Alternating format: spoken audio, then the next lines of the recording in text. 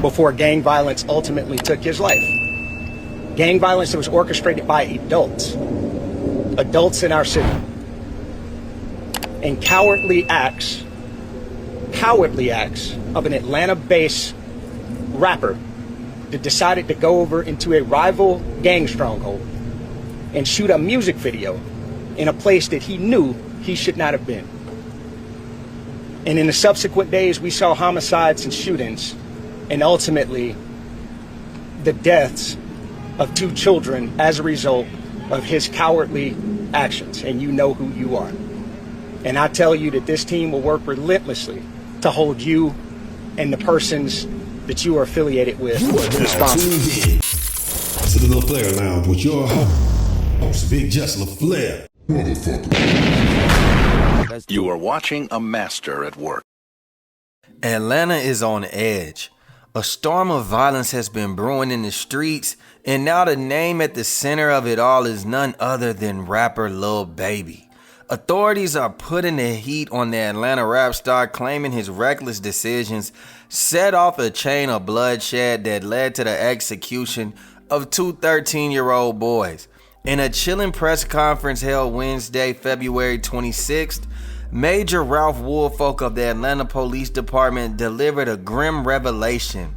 7 suspects have been arrested in connection with the July murders of Jacody Davis and Lamont Freeman. 2 children caught in the unforgiving grip of gang warfare. But this wasn't just another street dispute. This was something far more orchestrated. A brutal series of retaliatory attacks sparked by a violent encounter at a Lil Baby music video just 2 months prior. It was May 14th, 2024, a date that now holds a dark significance. Hidden Village Apartments on Verbena Street, a known gang stronghold, became the backdrop for Lil Baby's latest project.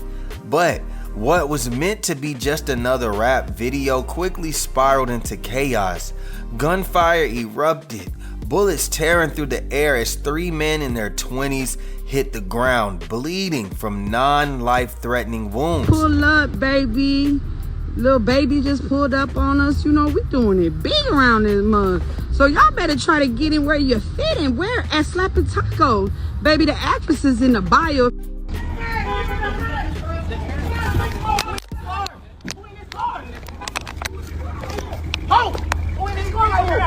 Who in this car? Bro, y'all straight, y'all straight. Right here, bro. I'm standing right here. All that shit. Let's just get man.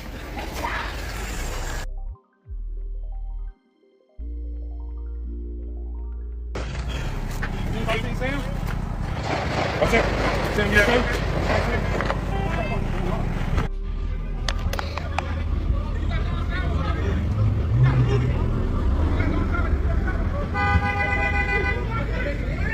Who's got Kevin? Kevin got hit, man. What the fuck? Who's got Kevin?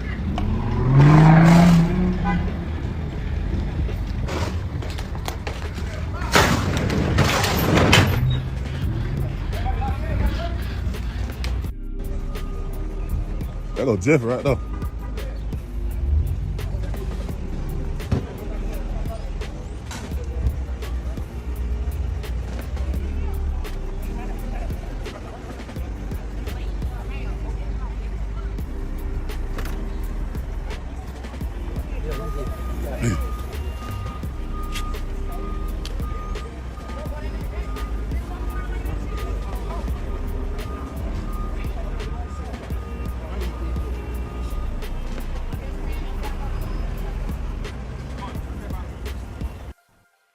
Yeah, that's right, Lyndon. You can see behind me, this is still a very active crime scene. Police have put up tape in front of the street here in front of a small apartment building. We are told that 3 people have been shot.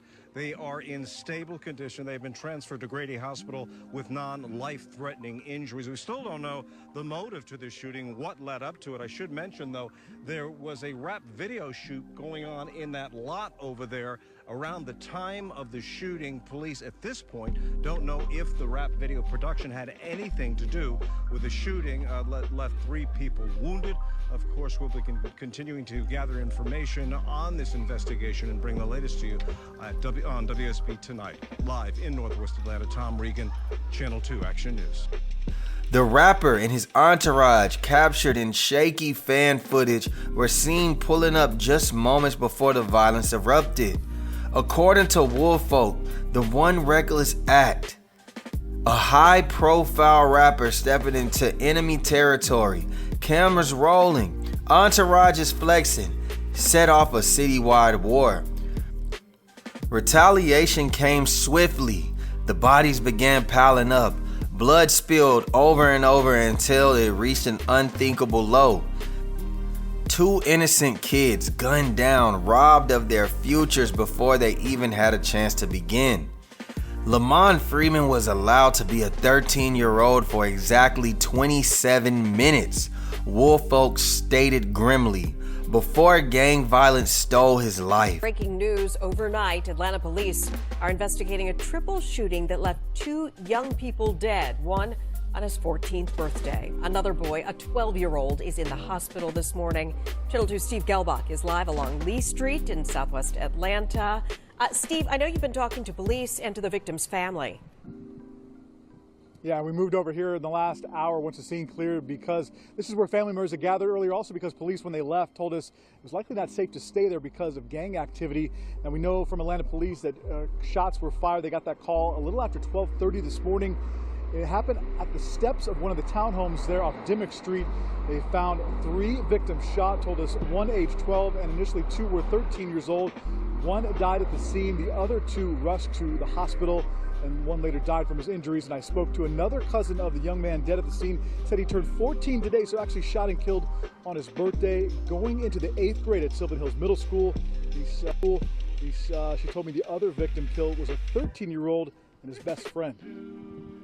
Today is his birthday. Literally, today is his birthday, and that's not good at all. It's not. He's supposed to be here with us celebrating, doing what we do as a celebration for his birthday. Happened shortly before 1 o'clock this morning. The homicide investigation unit here, a number of police officers here. Police are telling us the shooting happened inside that building, inside that stairwell right there. Again, happening right around 12:45 this morning. Yeah, Natalie, we obviously cover a lot of shootings. Got to be honest, this one is a tough one, hard to take. We've got 2 13-year-old boys gunned down as a result of what happened out here, a 12-year-old in the hospital. This all taking place at the apartment complex that you are looking at here on Spark Street in southwest Atlanta. Police now telling us actually it was early this morning, about 12:40 or so, that they got the call. When they arrived, they found one of the 13-year-olds dead at the scene. The other 13-year-old and the 12-year-old were rushed to the hospital. Sadly, that second 13-year-old did not survive. The 12-year-old at last check listed in stable condition. Now, at this point, police don't have any motive for this crime. They don't have any suspect description. They don't know if the gunman fled on foot or on a vehicle. We did manage to talk with a cousin of one of the 13-year-olds who died. Her mother said it was okay for her to speak to us about what kind of young man we lost today. Love to ride bikes and be outside. Bike riders be outside. Ride bikes all around the neighborhood and stuff like that. That's pretty much all they did was ride bikes around the neighborhood. Go to the park, play basketball all the time. My cousin, real smart, real funny. He didn't do nothing to nobody in my eyes. I don't think he deserved this, and I think it was wrong of whoever did that, and I think whoever did that, I don't want to say too much, but I think whoever did that just come clean or whatever, because he didn't deserve this. The police believed that the incidental execution of Freeman and Davis was ordered for Lil Baby from the inside prison walls, a calculated hit called in by one of Lil Baby's rival, a man with nothing to lose and a thirst for revenge. Though names were left unsaid, Woolfolk made it clear that they know exactly who they're after. You know who you are. This team will relentlessly hold you and the persons you are affiliated with responsible. But the most chilling accusation wasn't against an unknown gang leader in a prison cell. It was directed at Lil Baby himself. This was orchestrated by adults, Woolfolk declared. cowardly acts that led to a high-profile Atlanta rapper to step into a rival's domain, a place he knew he had no business being. The police are watching. The investigation is far from over. As of the streets whisper Lil Baby name in connection with the murder, gang violence, and retaliation. One question lingers in the air like the smoke from a bullet-riddled crime scene. Is hip-hop fueling the flames of war in Atlanta? And if so, who's next? What's happening, YouTube? It's your boy IG-TheLaFlareLounge. It's him. Yeah, welcome to the LaFlareLounge with it. Now, man, we got a topic to discuss. This is an interesting situation. Lil Baby that found himself in some trouble. And I guarantee you, this is the recreation of the Young Thug YSL trial. Yeah, I think they're trying to slap a Rico on the boy right now at this point. For him to come out there and just speak directly to Lil Baby, I know Lil Baby is shook. And that's exactly why people like him, 21 Savage, and other rappers that have gang affiliations within the city are trying to switch up the sound of their music because they saw what happened with Young Thug and they saying, I'm not trying to be in that situation. But one thing about the streets, when you shed blood, when you've done your dirt, it doesn't matter what you're doing now. The streets are always gonna pull you back in. And that's exactly what I think happened in this situation. Now, this is a sticky situation because as you've seen, you got the police putting all the blame on Lil Baby. They saying that he knowingly went to a spot in town that he wasn't supposed to be at, and he put other people's lives at risk. Now, that's a bold accusation coming from the police, because in my personal opinion, the police sound like they're the ones that's being held under the gang rules rather than them making the rules and getting rid of the gang. Because in a sense, what they're saying is true. If Lil Baby knew that the street politics of his affiliations wasn't supposed to be in that area, even though he was at a business establishment to shoot that music video, he has to take some type of blame for going there. Maybe he didn't have malice intentions, but he should have known better, being that he comes from the streets. At the same time, the police are here to protect and serve, and nobody should be held captive of street politics and street rules and the hopelessness of the ghetto to where I can't go to a certain area because I'm from a certain area. So while they're putting all the blame on Lil Baby, I think that's very irresponsible, because where do you guys take a blame in all of this? Again, I would never say that Lil Baby is so green that he didn't know what he was doing. He knew exactly where he was at, but I never think that he went there with the intentions of it being a shootout in full-fledged daylight. So yes, I think Lil Baby has to be a better leader, but this particular situation may get him in a situation where he never can lead again, because it looks like the police are gunning for him. So we have to ask ourselves, how much responsibility are we gonna put on Lil Baby in this situation? Because at the end of the day, is this a situation where this was gonna happen regardless of Lil Baby being at that video shoot or not? If these two crews were gonna collide in general, which Atlanta is smaller than you guys think, especially both of these crews being from the west side, so that's cutting it in half already, cutting it in a quarter already. So it's inevitable that these crews were gonna see each other. Is this a situation where anywhere they go, they're gonna blast at each other? Or is Lil Baby responsible in calling the shots in these sections, in these areas? Is that what the police are saying? Because see, they did this before. They got overzealous with this YSL trial, and they want to blame the rapper. They want these high profile situations so they can get clout, so they can get promotions, so they can be the ones to say, hey, we arrested Lil Baby, we arrested Young Thug. But what's more important is getting the crime off the streets. Stop arresting people that may have nothing to do with it. Was this going to happen regardless if Lil Baby was there or not? It seems to me like they already have their mind made up that they're trying to tie Lil Baby into this situation.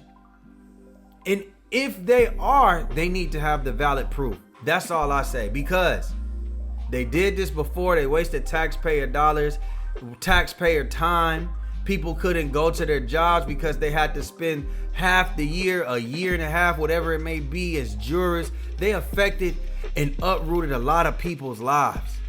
So if you're gonna do this, you gotta be right, because they arrested a lot of people that had nothing to do with these crimes just to try to get Young Thug. And this seems like they're trying to repeat cycle the situation. And if it has the same outcome, people are gonna be irritated with the Atlanta police. You won't see the same cooperation with them. People are probably gonna lose jobs.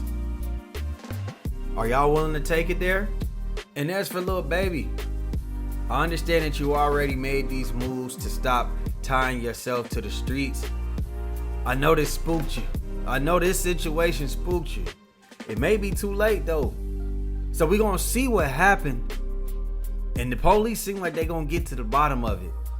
I don't know if they can link you, but if I was you, I would play it safe for real. I say you get out of Atlanta.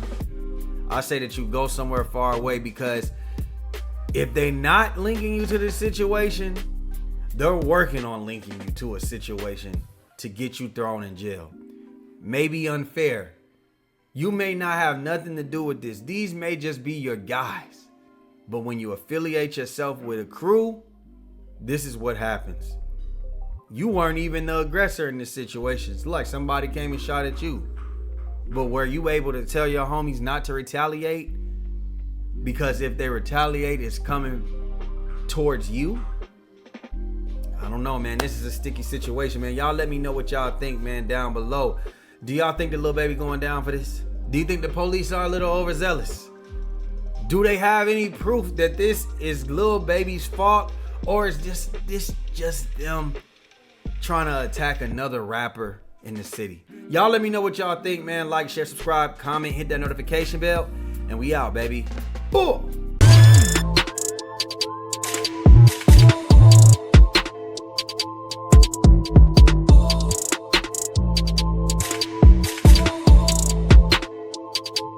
Big Just LaFlare. It's him.